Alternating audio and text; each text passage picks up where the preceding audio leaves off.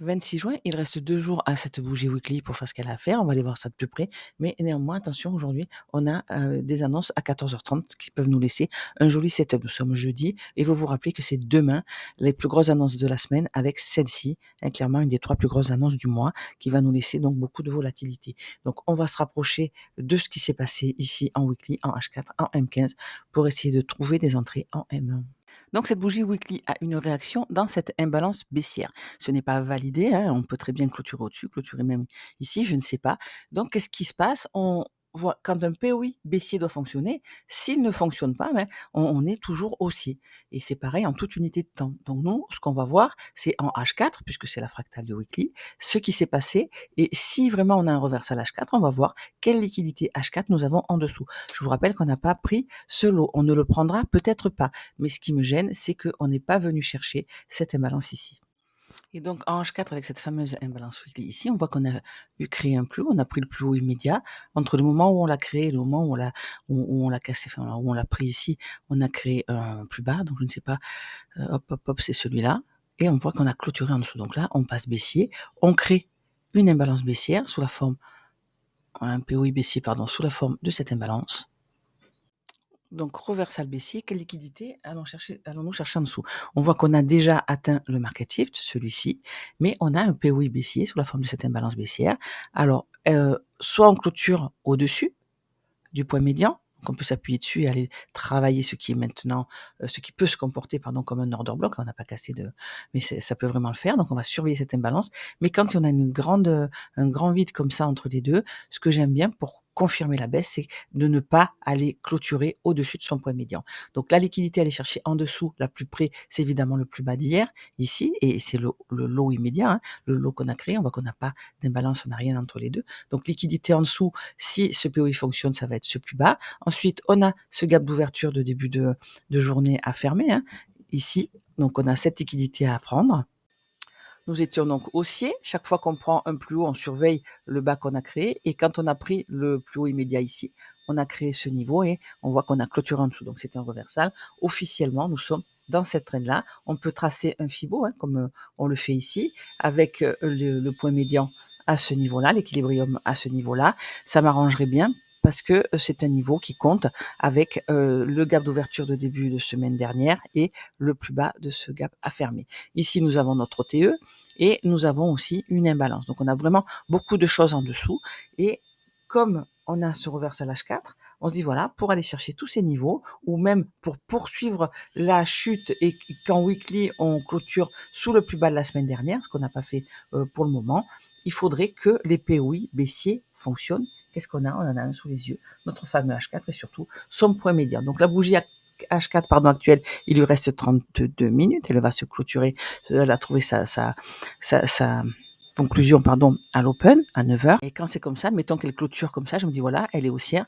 J'anticipe que la bougie suivante doit être haussière, c'est-à-dire qu'on peut ouvrir au prix de clôture, aller chercher un POI en M15, vu que nous sommes en H4 et que nous sommes dans le modèle de teneur de marché en M15, hein, on va aller le voir tout de suite. On peut ouvrir au prix de clôture, par exemple, aller chercher un POI en dessous et aller prendre ce haut. Et c'est là la prochaine bougie qui nous dira voilà, soit j'arrive à clôturer au-dessus, soit je n'arrive pas à clôturer au-dessus. M15, nous parlions de modèle de teneur de marché. Ici, nous étions donc baissiers avec des hauts de plus en plus bas et des bas de plus en plus bas. Et ici, on a pris le bas précédent, pas de beaucoup, on n'a pas réussi à clôturer en dessous. Et quand entre ces deux points-là, on avait créé ces equal high et on a clôturé au-dessus. Donc là, nous sommes repassés haussiers. Pourquoi faire? Là, c'est pareil. On va se dire, voilà, on va chercher l'équilibrium, on va chercher quelque chose au-dessus de nous pour voir si on poursuit vraiment cette baisse ou si c'est parti et que nous montions. On voit qu'on a encore des objectifs en dessous, hein, donc rien n'est sûr. Je vous rappelle que c'est demain la plus grosse journée de la semaine, donc on peut très bien rester dans cette latéralisation entre ce haut et le bas qu'on a créé ici jusqu'à demain. Le gap d'ouverture de début de journée, il est ici. Je vous rappelle que je le prends comme nous sommes sur le DAX, sur les horaires officiels de Francfort. Et ensuite, on repasse avec les horaires normaux pour avoir la kill zone et pour avoir les open. Donc les macros, on revient sur la journée d'hier avec la pré-open ici. On voit qu'il est celle de 2 heures et ici c'est celle de l'open de 9 heures, hein, de moins 10 à et 10. Et entre ces deux macros, qu'est-ce qu'on crée comme high? On crée celui-ci, matérialisé par cette ligne en pointillé, et on crée à 9h10 ici ce lot. Donc on est dans cette trend et qu'est-ce qui se passe pendant la macro d'après? Regardez, c'est là-dedans qu'on trouve une entrée pour la matinée. On prend le lot qui a été créé et on vient travailler cette imbalance ici.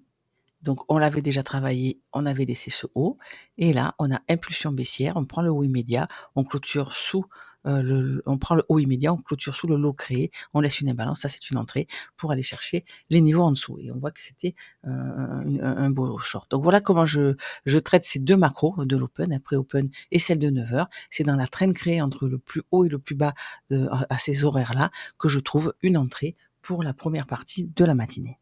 Donc il y a beaucoup de concepts, hein, je ne prenez que ceux qui vous parlent et mettez-les ensemble pour faire votre méthode personnelle. On voit que pendant la macro, donc pré-open, on a créé ce high and low et c'est dans la macro suivante, dans quelques minutes maintenant, que nous allons confirmer. On constate que, le prix de 8h30 est au-dessus du minuit, donc on peut avoir très bien une trend haussière. C'est tant qu'on reste au-dessus, hein, on peut ne pas avoir besoin, si on reste haussier, de ne pas aller travailler dans un premier temps ce prix de ce pardon, il est ici, ce prix d'ouverture. Donc, si on réagit par exemple dans cette imbalance ici et qu'on casse à la hausse, eh bien on aura un low par ici pour nos 2 macros et un high plus haut et c'est là-dedans que nous surveillerons, pendant, la macro suivante, un reversal ou une ou baissier, hein, pour aller faire le scénario qui nous intéresse vers le plus bas d'hier ou alors, une poursuite haussière pour aller travailler le point médian de ce gap, HTF, de cette imbalance baissière HTF, pardon. Le plus haut et le plus bas d'hier n'ont pas été pris. Nous sommes dans cette liquidité donc interne. On a le prix est là, si on fait une croix, quelle liquidité est en dessus? Celle-ci, avec une liquidité interne, on est venu chercher cette imbalance et la liquidité externe qui est au-dessus.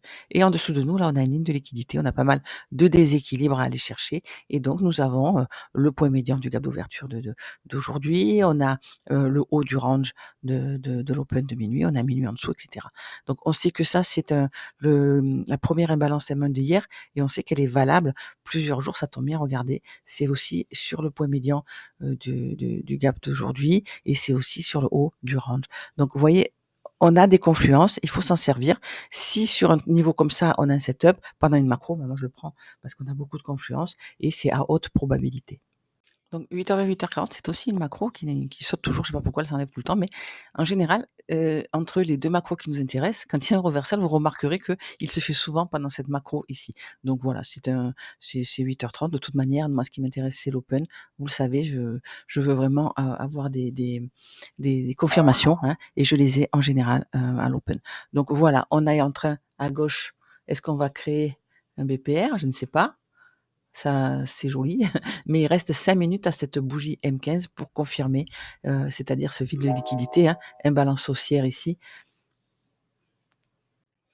et de suite rebalancé par une imbalance baissière. Donc ça, c'est, un niveau assez puissant qui nous envoie en général vers la liquidité en dessous. Donc je vais attendre patiemment 9 heures, je vous poste cette vidéo et encore une fois, vous savez que c'est un peu perturbé en ce moment pour moi. Je vous, répondrai dès que je suis devant un ordi, mais je vous tiens au courant. Merci.